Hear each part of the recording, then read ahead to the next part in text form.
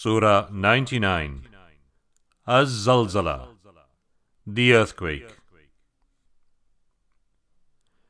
In the name of Allah, the most beneficent, the most merciful.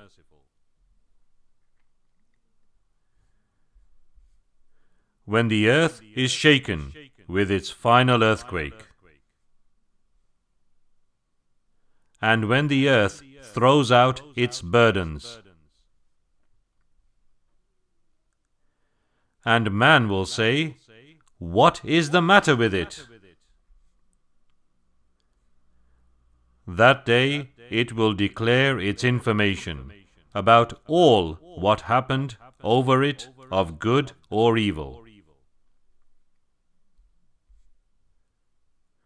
Because your Lord has inspired it.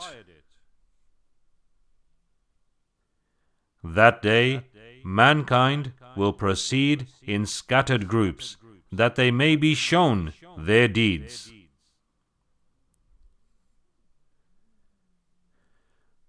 So whosoever does good equal to the weight of an atom or a small ant shall see it.